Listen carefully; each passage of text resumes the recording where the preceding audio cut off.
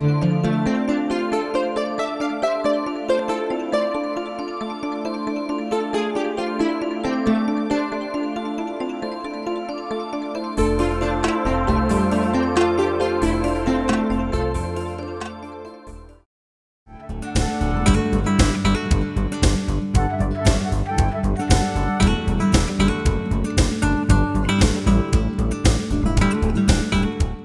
first gentleman that I'd like to bring up to the stage, I'd like to say a couple words about him, if I may. First of all, Mr. Rex Jensen is not only everything that I list here on his bio, but he's also a steward of this community. And those of us, which I would argue is most, who live and or work in this community, we have him to thank for what we have here, which is a beautiful, beautiful community. Rex was promoted to president of Schrader Manatee Ranch in August 2002. He was then chosen as chief executive officer in February of 2005. Mr. Jensen oversees all businesses of SMR, including but not limited to agricultural, aggregate mining, and real estate development. He is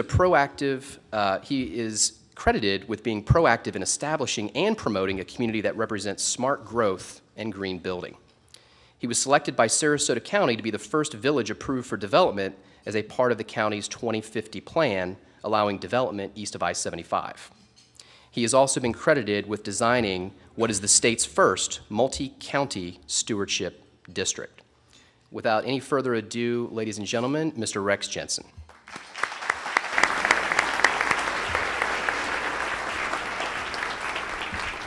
Thank you, Brian. What I'm going to do is something that really has only been done one time in public, and when Bobby Larson and Robin saw it, they said, I have to repeat this for this group. So if you don't like what I do, blame them.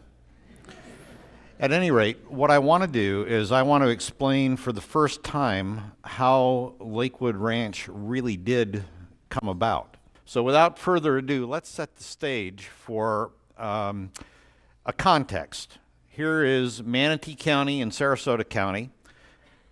We are Schrader Manatee Ranch, which is the larger tan community, and Lakewood Ranch is a portion of that. Well, that tan area is about 50 square miles. That's with a 5 and a 0. You might say, Rex, what's 50 square miles mean practically? Put it into something I can understand. So here goes. You could take the incorporated boundaries of Sarasota, Bradenton, Venice, and Palmetto and put them on this property, and there are several thousand acres left over that need something more. Now that's not the developed area because that's broader. It's all blobbed together now. But if you take the incorporated boundaries, that's it. So that's how big this place is. The property is owned by the Eline family out of Milwaukee, Wisconsin, been owned that way since the early 1900s. And the point of it is we are blessed with their ownership of this property because they order people like me, Tim, Brian, the other SMR employees in the room today, and there are many of us, to think long term and not take shortcuts and always try to, whatever we do, add some kind of a positive feedback to either what we are about to do or what we've already done. And it's refreshing in these troubled economic times to work with people who, even in times like this, think that way.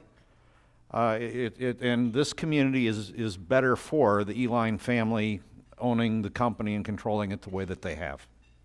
Back in the early 1970s and 80s, this whole area was stood on its head by the advent of I-75. And when you look at how Lakewood Ranch happens, the one thing I will tell you, it was not, I said not, with the help of government. What I have on the screen is very rarely shown, and that is the comprehensive plans of both counties back in that day, early 1980s. And the comprehensive plan, folks, is the long-term vision of what is it we want to be when we grow up as a community. We're supposed to think decades ahead.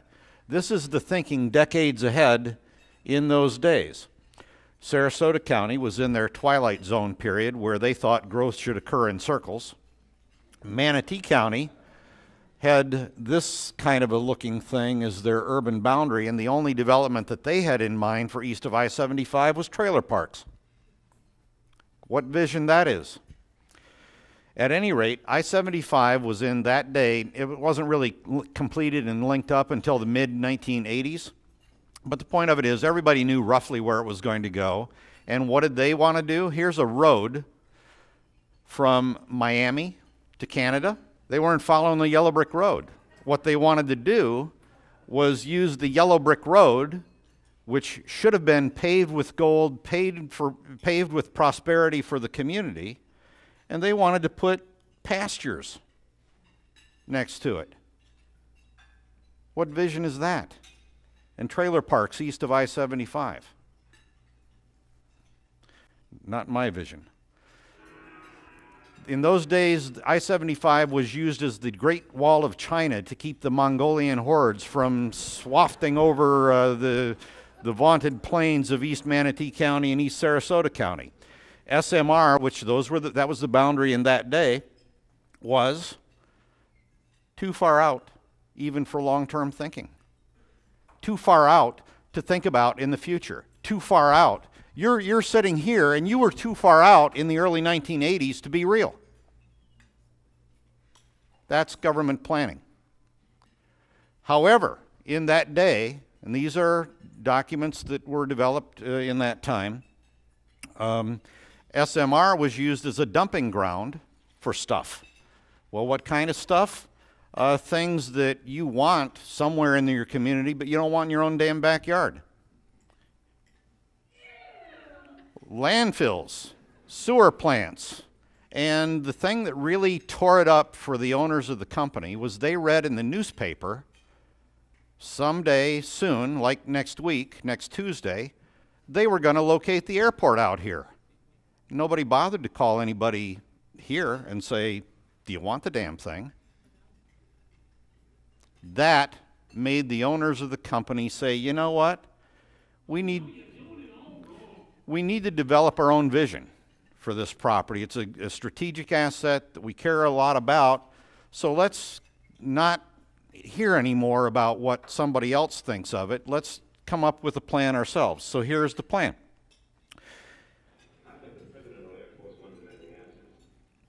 Well, at any rate, these folks around this table, generally speaking, are on the board today, showing you the continuity of ownership, philosophy, and management here. And they began to inventory. So we looked at all the things you do in a planning exercise and spent several $100,000 on coming up with a variety of plans that showed alternative uses, phasing, things like that, how you'd serve that kind of property. We've always kept them secret because, frankly, the public can't handle the truth. Government, even less, could handle the truth. But we've always had it, and it's changed. You know, the thing about having a plan is that none of them are ever any good. You never exactly build what you first start out, but what a plan does is it gives you an aspiration, a vision, something to go to. And from day one, decades before we turned the first spade of earth in Lakewood Ranch, we have had this plan. Now, the company did not stop with just planning its own land because it couldn't. Here in that day, these projects were already in the approval process in Sarasota and Manatee counties. And the two counties were planning separately for how they deal with the future. And here's what the transportation plan was in that day. Manatee County had this road network. Sarasota County had that one. Now, the last time I looked, they were neighbors. You would think that they would sit down and say, shouldn't our roads hook up? Here is 3/4 of a bloody mile difference between two roads that should meet. Nobody ever sat down and say, I'm planning this, you're planning that. What the hell's that about? So, then you look at what actually got built out of the network, and quite often roads would get controversial in neighborhoods and be taken out, and the network as it was planned never really was fully built, and it by definition, had to be built on a piecemeal basis over the long haul. But disassociations. For those of you who've been here for a while, know that we built this piece of State Road 70 way before this piece got built. Why? We were told to do that. Government said, we'll handle this. And they didn't handle it for years and years and years and years and years. So you go from a 4-lane section to a 2-lane section to a 6-lane section. Where's the common sense of that? And the answer is there wasn't any. Now, what we did, the transportation plan that is in effect for this area, East Manatee and East Sarasota County, was cooked on this property. That was theirs. This was ours. Over time, we worked together with the permitting agencies, the transportation planning agencies, and this became the adopted plan and not that. And the reason why you need to have that red network, I'll do it again, a little visual trick. If you don't have the red, you don't have it laid out, you don't have it actually owned by somebody who can turn it into a road, this happens, and the blue don't want the red. Out here, we have set aside all of our road rights of way so that there isn't any question about does a road happen or not. So we get to 1994, 95, somewhere in there. And how did we turn this place that began with a no trespassing sign at I-75 into Lakewood Ranch? And the answer is it takes a village at a time, small bites to eat the elephant. We began with a polo club. That was our first foray into development. And we did it because basically it wasn't prohibited by the rules. Once we got it done, Sarasota County changed the rules so nobody could do it again. But that was the first part of Lakewood Ranch back in the early 1900s, or 1990s. We then launched into a community called Summerfield. Lakewood Ranch is associated colloquially in the minds of people with McMansions, high-priced houses.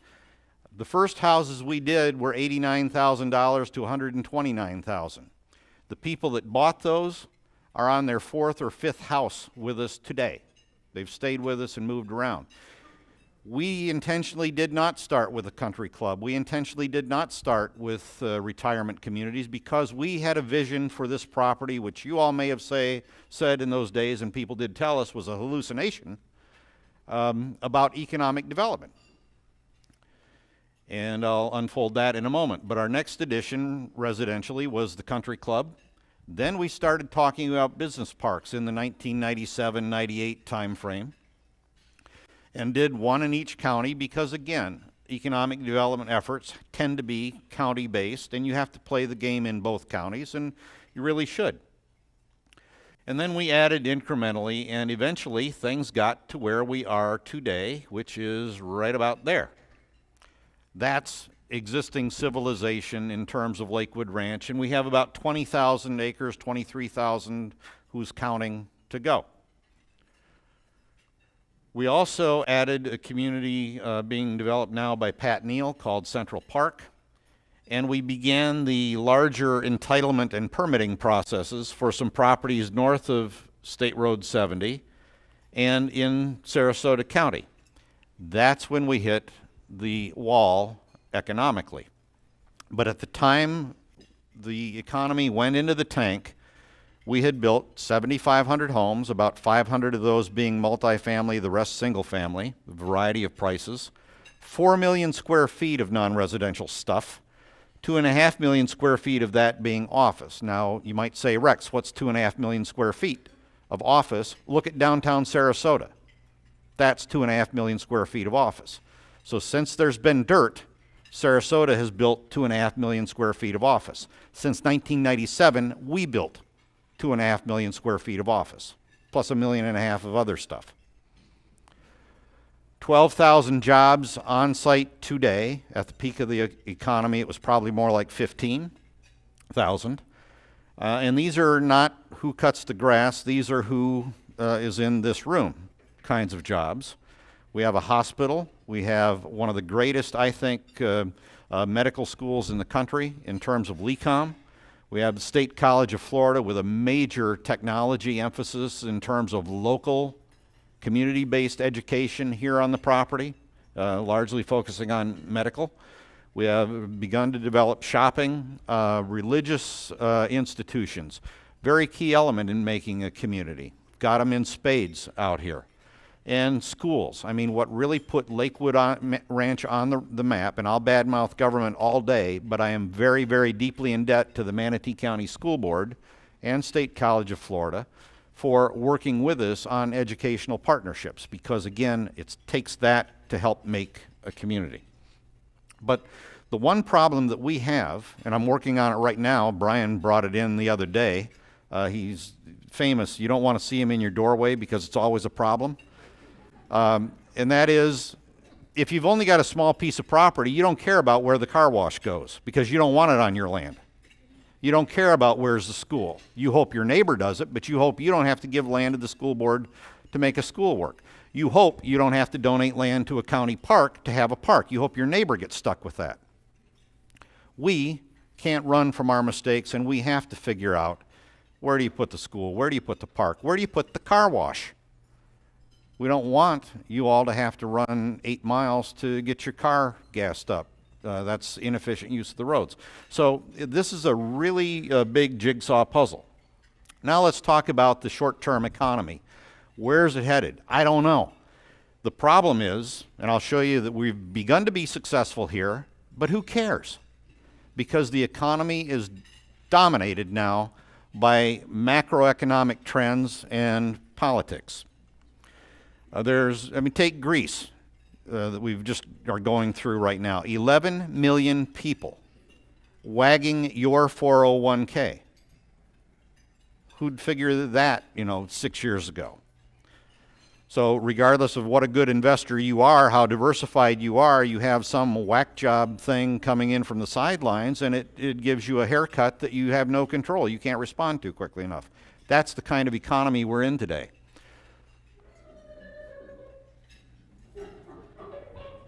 I liken the economy to a circus, and in the circus out comes the Volkswagen Central Ring. Out pops a bunch of clowns. Until you get to about 20 clowns, you don't think any big deal. But when you get to 20 clowns popping out of the Volkswagen, you think it can't possibly hold any more clowns in the Volkswagen. Now, how many people in this room think this economy doesn't have any more clowns in the Volkswagen, even though we're probably up to 35 by now? That's the problem, is it's a confidence issue, and that confidence has been busted by real-world, on-the-job training experience that has been very painful for a lot of people financially. That's where we are right now. Now, we also have the role of government. Who thinks that Washington, D.C. won't put a big dump load on the road to progress if you give them a chance? That, again, is part of the problem, is we have a economy which is dominated on forces that are bigger than entrepreneurial success. So we're just going to have to continue to plow through. During the downturn, we've been doing that, and we've been investing. The first thing we did was stop development in the downturn. For 3 years, we haven't done much of anything until just recently. There are a few companies that can do that, but it was essential that we let that shadow inventory catch up and be absorbed here. And we redesigned our product, led largely by Pat Neal, who's got a very good pulse on the market. He retooled his product to a point where people could afford it again. That led our other builders to wake up and do the same thing. And I think that's been to the benefit. We have also finished the DRIs that we were in the midst of permitting. Finished the DRIs so that we could actually have new projects go, such as Central Park, the apartment complex, Esplanade. I'll go through a bunch of those in just a minute. And we finished our comprehensive plan amendments in both Manatee and Sarasota County at great expense. The reason we did that is we had at that time Amendment 4. For those of you who remember that idiocy, of every time you want to change your long-term vision, you have to open it up to the voters. Well, there's no telling what the Florida voter will do. We've got pregnant pigs in our damn Constitution. So no Florida voter needs to look me in the eye who voted for that and tell me they're intelligent. They are not. Anybody who is on the 60% plus of yes side of that question is an idiot.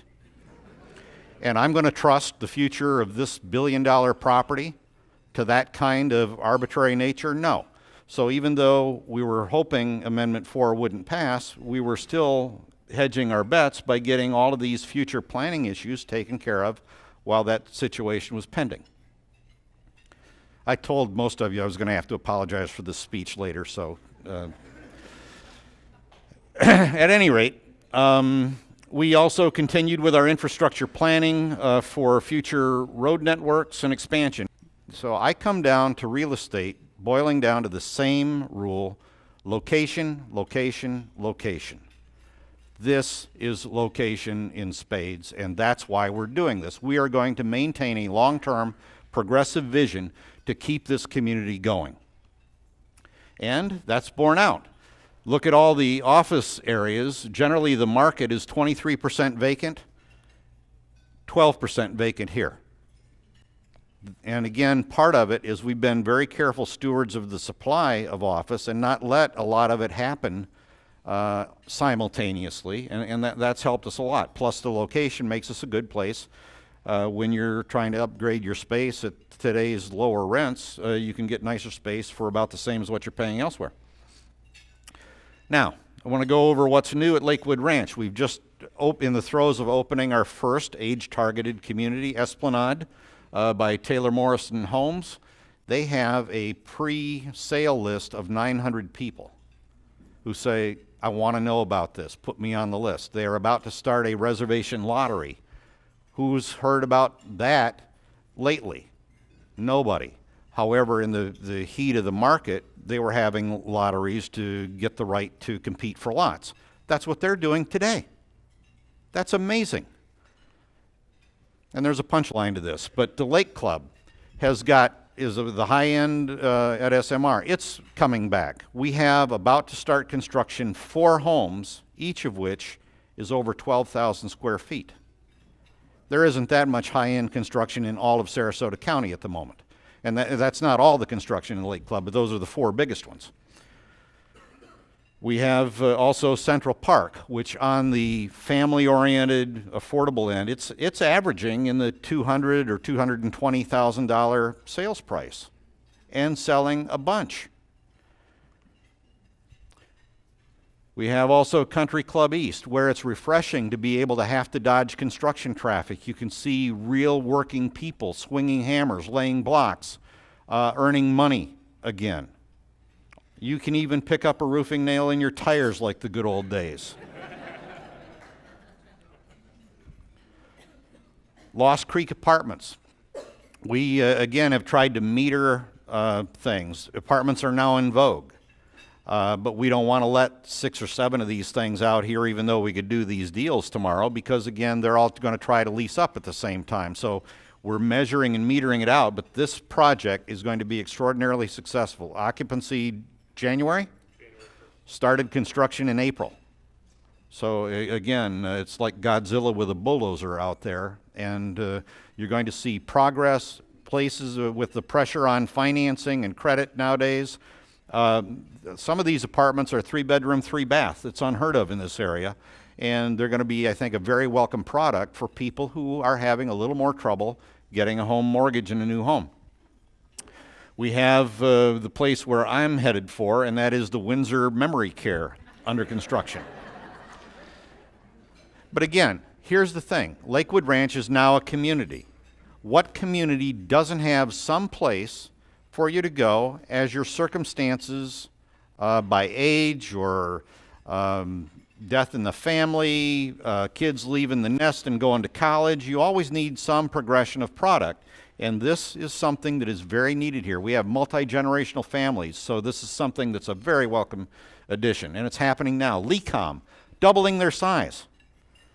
I'll tell you what, if none of you appreciate LECOM, you'd be wrong. This is a community-based, wonderful corporate citizen, and they have selected Lakewood Ranch as a place where they're really making a huge investment. This is a $50 million facility, 50 millions.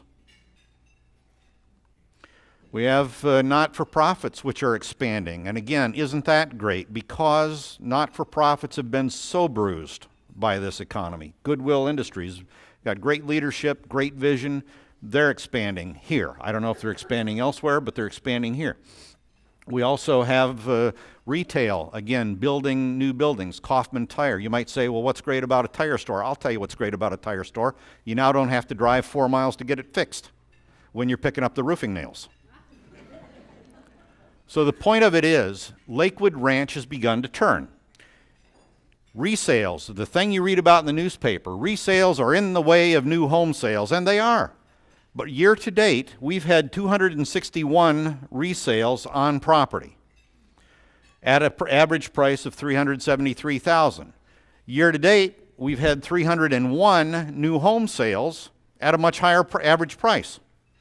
So we have, I think that putting things on hold has helped while the inventory was burned up. Now, if you want a home in Lakewood Ranch, you're either looking at a green pool or a new home.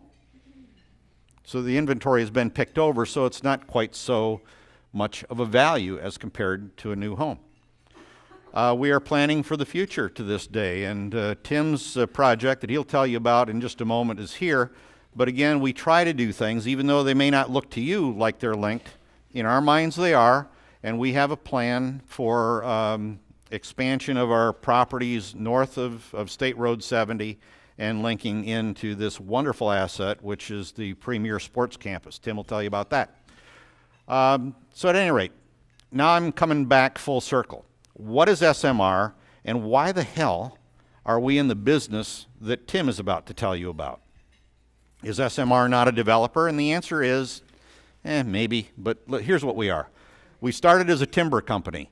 We then expanded into agriculture, row crops, sod, citrus, trees, ornamental trees. We have one of the largest mining operations in the country, at least in 2005. It was measured as being the 5th largest aggregate mine in the country by USGS based upon the tonnage mined. You'd never know that. Lake Club's right across the street. They don't know it. And again, but the point of it is we've got good management who manages major things like this in a way that doesn't have to necessarily intrude on everyone else's quality of life. Just a matter of ethics. We have a large recreational business. Rebecca Gutierrez has just joined us as our new polo manager. Polo is what got us started in the development business. It's now a key amenity. We have hundreds and sometimes thousands of people that will come out there for a game. We also have a lot of money tied up in our golf communities. And I think that the new management we have there is just stellar, doing a great job of serving the members. And we're adding members nowadays. We're not chasing them. We're adding them. We are in the real estate development business, yes, residentially, commercially, and we own this asset called Main Street.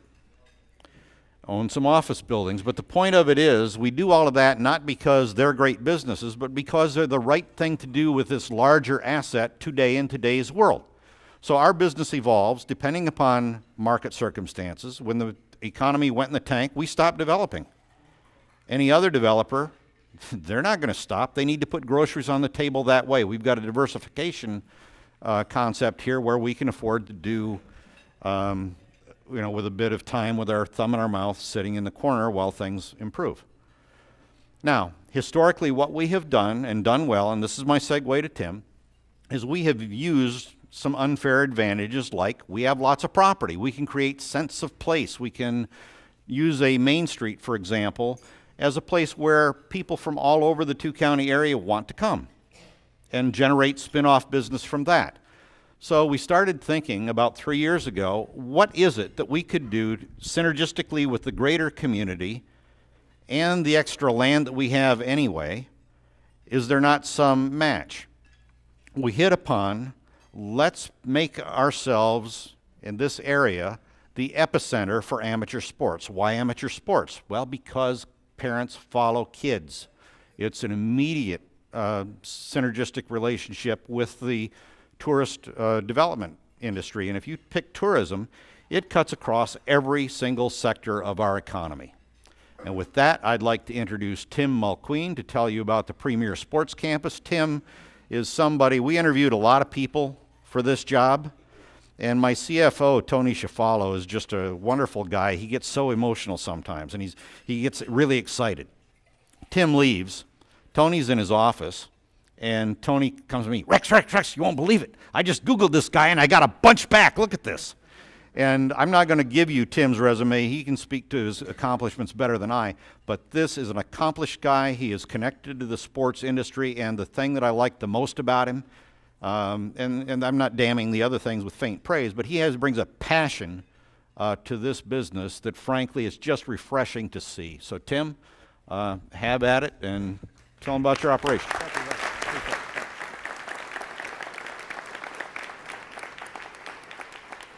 Well, first of all, thank you very much for having me to the Business Alliance. I appreciate it to the Polo Grill for having us here tonight, this afternoon, for such a great luncheon.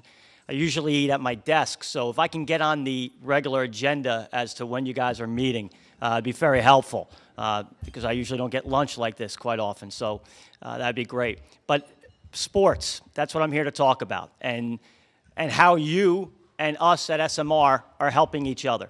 My background is soccer. I coached collegiately for a number of years, and then I was fortunate enough to coach in Major League Soccer for 9 years in New York and Kansas City before moving on and moving here in 2005 when I took a job with the U.S. Soccer Federation. My wife saw that we were moving to Bradenton. She got online, found the best schools. My wife's a school teacher. And she said, okay, you need to get in a car. You need to drive and find this Lakewood ranch. And you need to find a house for us. So any man in this room, you can understand the pressure I was under. So I found Lakewood Ranch. I found what I thought was a house. My wife flew down on Friday. We purchased our house Saturday. She flew back to Kansas City on Sunday. We live in Summerfield, and we've been here ever since. But that story is really part and parcel for why we are where we are with our sports facility. One is we offer everything. We came to Lakewood Ranch for great schools. Now people come to Lakewood Ranch for great schools, great businesses, great restaurants. So we're evolving. And when I'm a coach by nature, and I was always a very good coach when I had very good players. I was always a pretty bad coach when I had pretty bad players. I'm fortunate that the players at Lakewood Ranch and at SMR are really great players. So all of a sudden I've become a great coach again. So that's important to understand, that we are all in this together, and this is a community project. What I'm going to show you today involves all of you, and I need all of you to help me, and I, in turn, hopefully will help you. So the Premier Sports Campus, what is it? Well, I've traveled the world, literally, and seen hundreds, if not thousands, of training centers around the globe. I can tell you now, as God is my witness, there is nothing like this facility in the world. In the world. We have 75 acres, as Brian shows you up here, 22 full-size fields, 120 by 75, which is the maximum for soccer, for lacrosse, for frisbee, for rugby, for badminton, for volleyball, you name it, we can play it on grass. So we have the maximum length for all these events. We have 22 beautiful fields. Go ahead, Brian. State-of-the-art irrigation. It's wild, all right? So now I've traveled the globe, and I've seen all sorts of facilities. And everybody worries, when you go to a facility, you say, okay, as a coach, you go find those sprinkler heads. Go find them. Make sure our athletes don't get hurt. Go find those sprinkler heads. So I meet with Rex, and I meet with Roger Hill, the gentleman in charge of the fields, and I say, okay, how are we going to water these things? And they said, oh, there's no sprinkler heads. So I think it's a joke. I mean, how can you water some without sprinkler heads? Well, we have 65,000 feet of piping underneath the ground that waters from underneath. So what that does is allows us to water, and for the environment, it's great because there's less spillover and we can have the roots grow from underneath. We water from underneath, the roots grow down. When the rains come every day at 4 o'clock in the summertime, we drop our water ceiling to 24 inches. It's like pulling a dike on a dam or pulling a drain on a bathtub. The water goes right down, and we're all set to play. So we're never rained out. We're like the Trop indoors. We can always play. So we're very fortunate to have this state-of-the-art irrigation system that really makes us unique throughout the world in sports. When I have teams come and they say, okay, where are the sprinkler heads for our athletes, and I tell them that there's none, they're almost ready to sign up right there. So the next thing is we have 8 fields with lights, thanks to Rex and to the board for that. We went to the board and asked if we could get these 8 fields lit to host an event that I'll talk about shortly. The board agreed upon having these 8 fields lit. We did it with a local group, Horn and Willis, and they've done a fantastic job. For those who live in Greenbrook, you can see it pretty easily, so I hope you enjoy it. Your kids could play outside a little bit extra now at night, so that's helpful. So feel free to have them out. That's good. Just don't call. And then we have a stadium field that we've highlighted that will be our centerpiece for showcase events that we'll have with lights. So what sets us apart? Well, first is the lights. There's a lot of these facilities in America, but there's not many with lights. Now, the fact that we have lights, we can extend our day.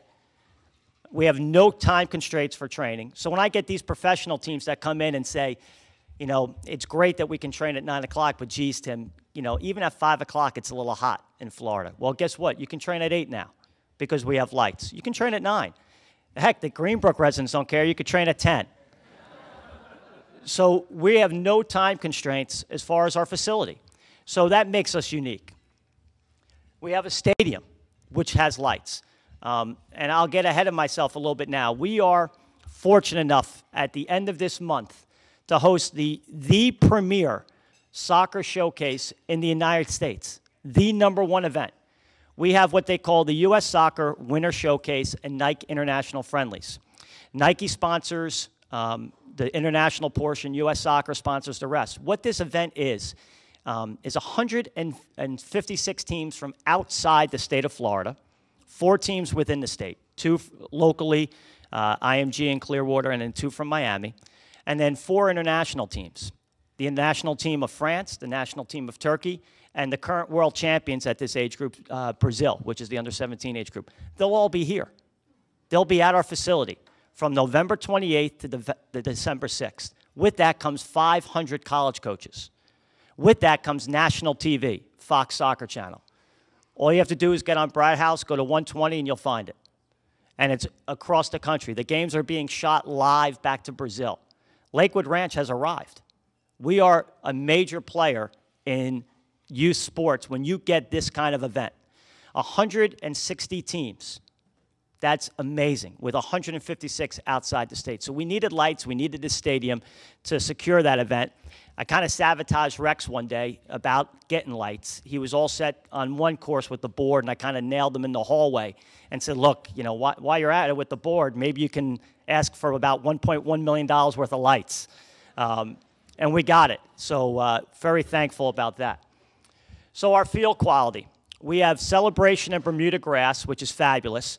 It takes very well to wear and tear, to heat, to excess use. Look at the size of this thing. This is tremendous. And can I pull this thing out? If you look at the facility, all the way down here is field 1.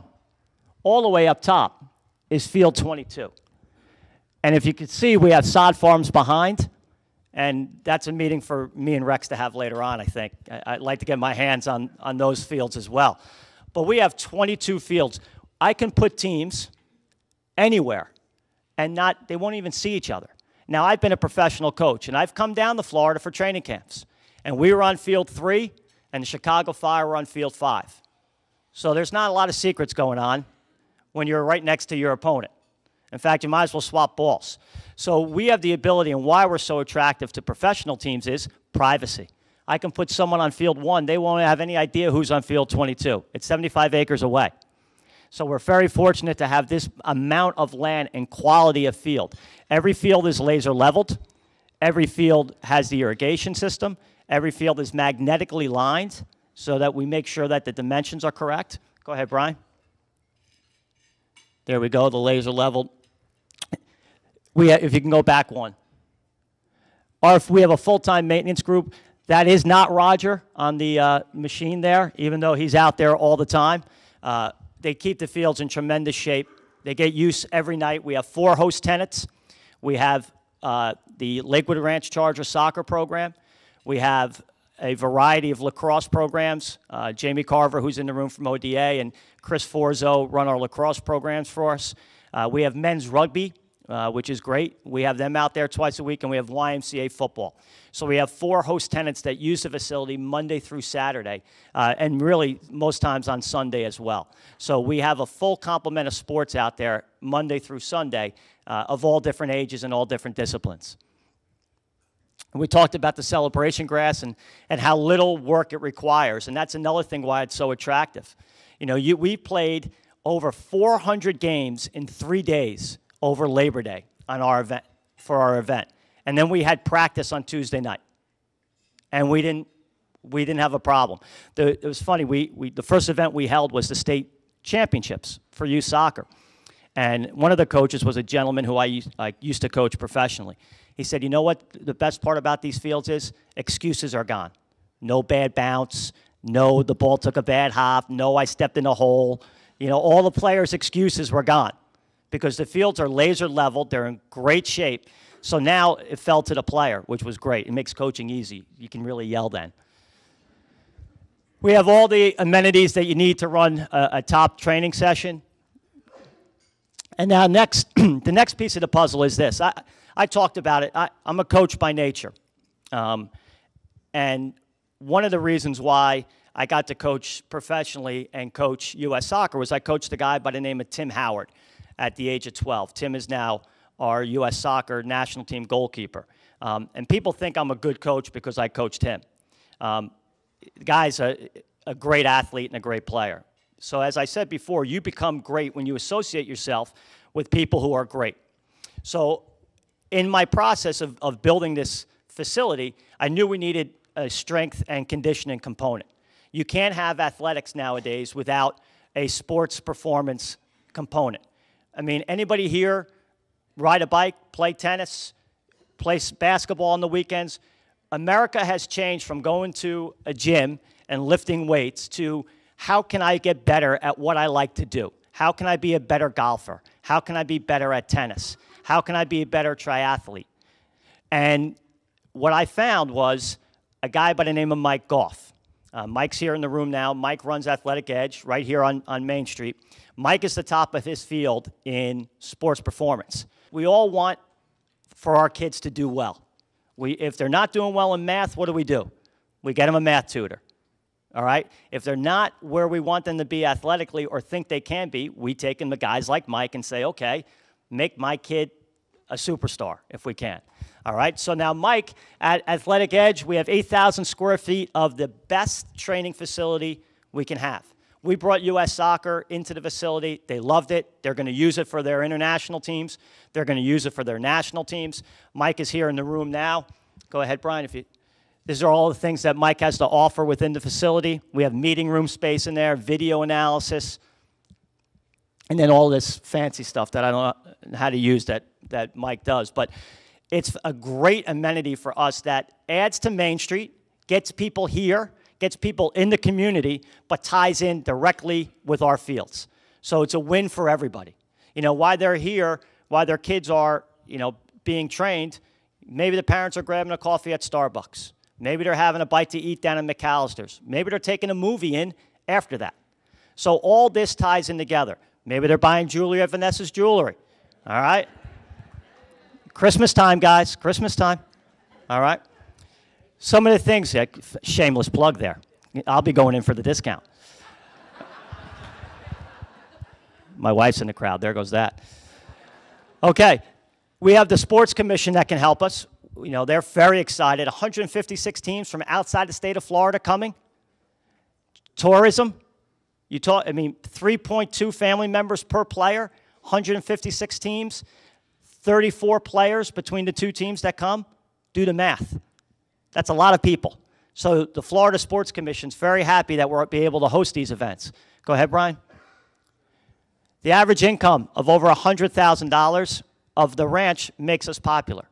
People want to come here with their events, because there's people here who are educated. There's people here who can participate in these events.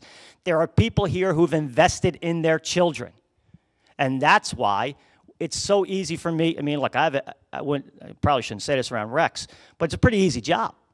I mean, I have everything I need to be that great coach, right? I have the great facilities. I have the great Main Street. I have the great area.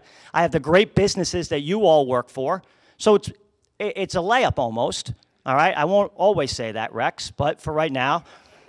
So it's important to realize that with what we have to offer, this becomes very attractive. You know, we talk to MLS teams about coming down for preseason.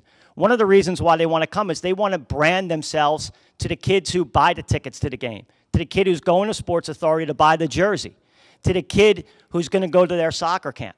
So all that ties in. Brian? We have a full marketing team who's over here as well, who do a great job of getting all the information out about the events, about who's coming in. Again, they do a super job of educating the people as to what's coming and getting press releases out, so thank you to them.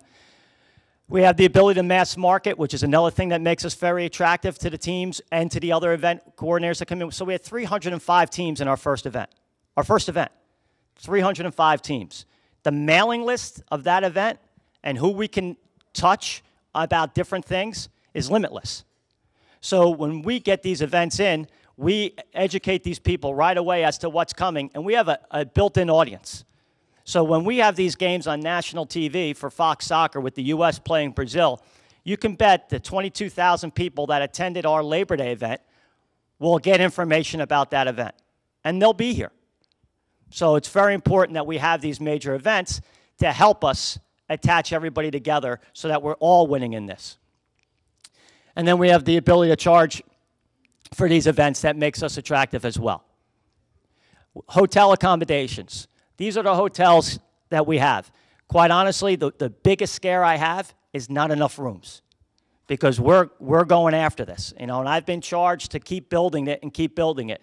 And I'll tell you all in this room, we're going to keep building, and I'm going to keep bringing in large events. So we're going to need rooms. We're going to need beds. We're going to need places to sleep. Those Green Book residents, maybe you can help with a spare room or two, because you're pretty close, all right? But this facility is going to spur that kind of economic growth. It's going to force us to get these hotels in place because, quite frankly, the demand will be there. Now, I know we need to fill up what we have first, but I promise you we will. And then from there, we're going to have to add, because I'll be darned if I go to Rex and say, Rex, we lost that event because I have no place to sleep, people, okay? We'll find places to sleep, all right? So we're going to spur that kind of economic development just by these events that we have. Airports and interstates, as you can see, we're connected through the whole state. So our Labor Day tournament that we had teams as far north as Georgia and North Carolina, as far south as Miami. So as you can see, we can tie in the whole state. We're 3 miles off the highway, which makes us great. It's very easy to give directions. Closest airports, obviously we're easy to fly into. Go ahead. This is a huge one for us, our international capabilities. So for U.S. Soccer to select us, one of the reasons why they selected us is because of our location. So you fly, where this event was held previously was Phoenix.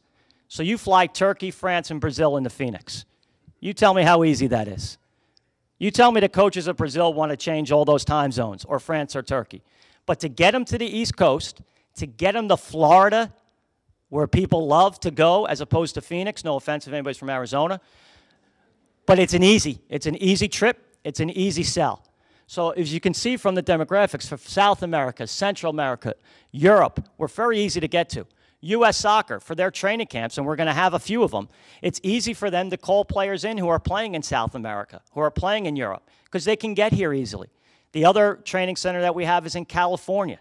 So it's all the way on the other side of the country. So we are setting ourselves up beautifully to be, as Rex said, that epicenter of amateur sports and actually professional sports in some disciplines in the country. Right? And, of course, we have the beaches. I heard a terrible story. There was a lacrosse tournament in Naples that is actually moving now to Lakewood Ranch, to our premier sports campus. The Michigan kids took a 60-hour bus ride to the event, 60 hours, and never got to the beach. Never got to the beach. So when we have events, we're encouraging them to get out there. 60 hours on a bus, you better get a suntan if you're from Michigan. So we're going to get people out to the beaches. We're going to get people into those areas of the counties because it's important for everybody to see what we have to offer. Because guess what those kids would do if they got to the beaches, the Bradenton beaches, the Sarasota beaches? They'd be back next year. And that's what we want, reoccurring business. And then they tell their friends, hey, you had to see this tournament we had at Premier Sports Campus. You got to go to this. Not only did we play on great fields under the lights, but I got to go into the Gulf of Mexico. I was on the beach. It's pretty fantastic. As I said, it's an easy sell.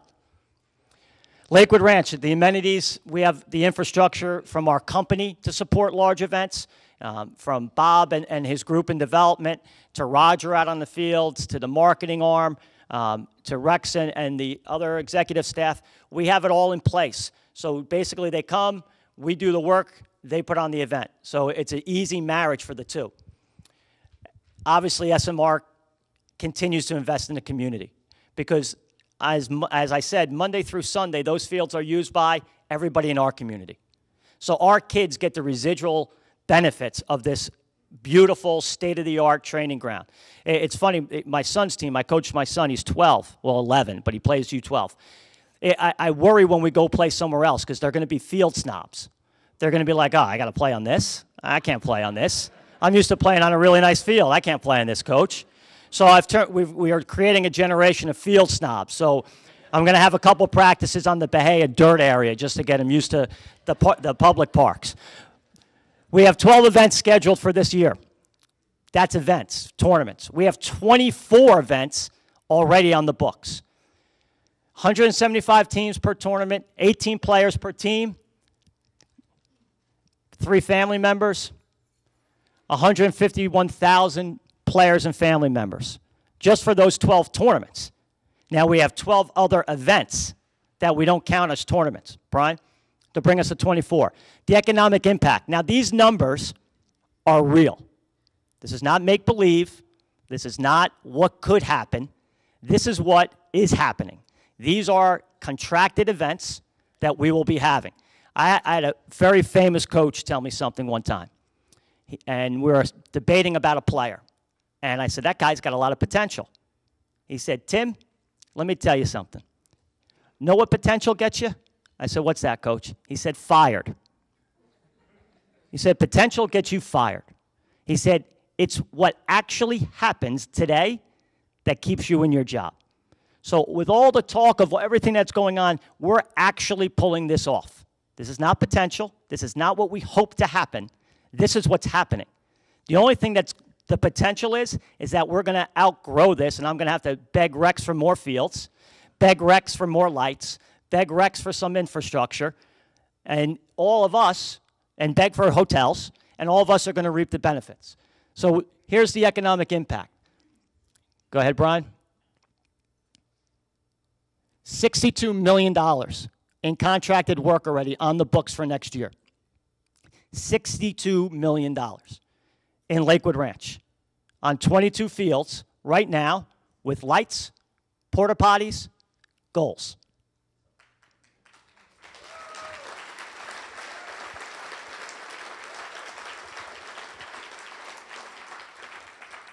And we're just starting.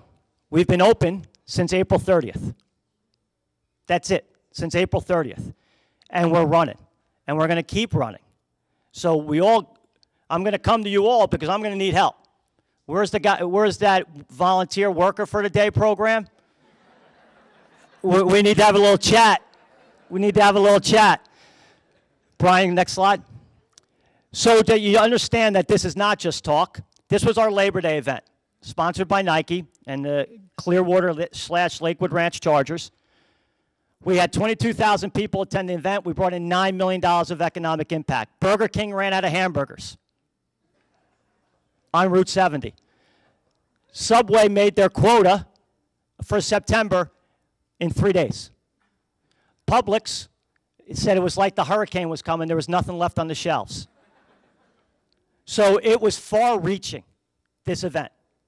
We had people staying as far south as Venice, as far as north as Clearwater, because they needed rooms. So this actually took place. And here are the 6 different sports that we have. This is the best graphic I can do. I don't have the sound effects. I'm new to it. In wrapping this up, and I know I've taken a lot of your time, this is really unique. And I'm telling you now, we're all in a great spot. It's unique because I've seen it. I've traveled to the Olympics. I've seen an Olympic Village. I participated in 2008 in Beijing as a coach. I've seen training grounds around the world for soccer, for lacrosse, for football. We have the potential to grow this thing into a bigger monster than what it is now. But the beauty is we're doing pretty good now, and we're only going to get better. But it's going to take, as Rex said, it starts with a village, it takes a village. It takes all of us in here. I need your help. I need your businesses to help. I need to come to you. We need to work together because we can all win in this. This is a win-win. There's no win-loss here. This is win-win for everybody.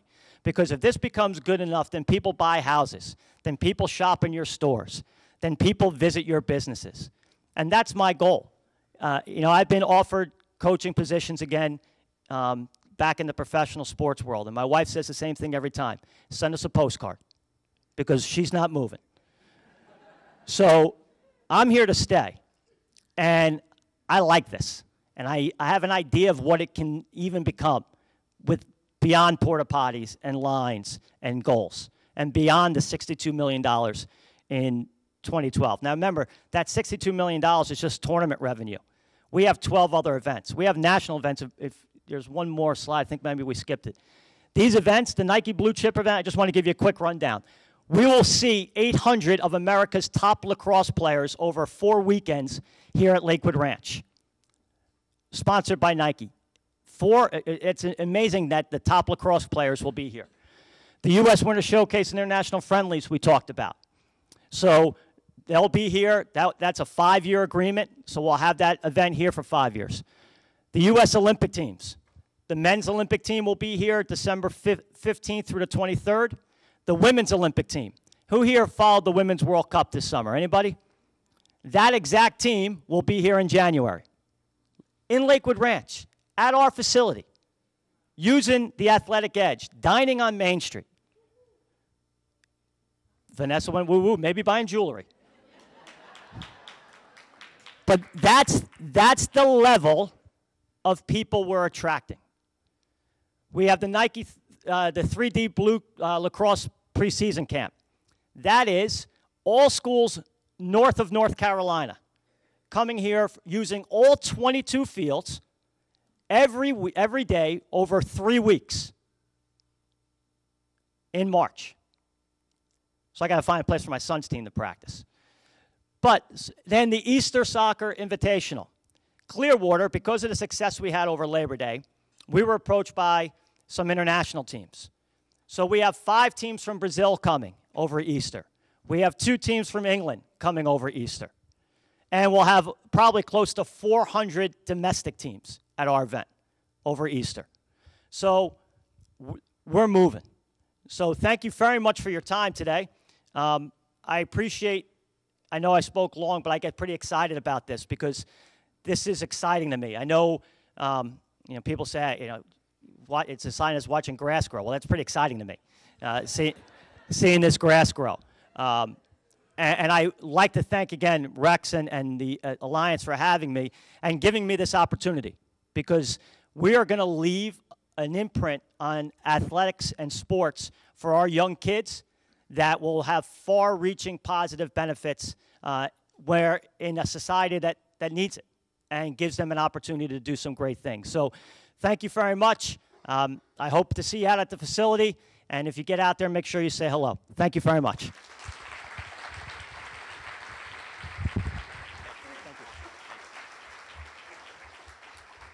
All right, how about one more round of applause for our keynote speakers today, Rex Jensen and Tim Mulqueen.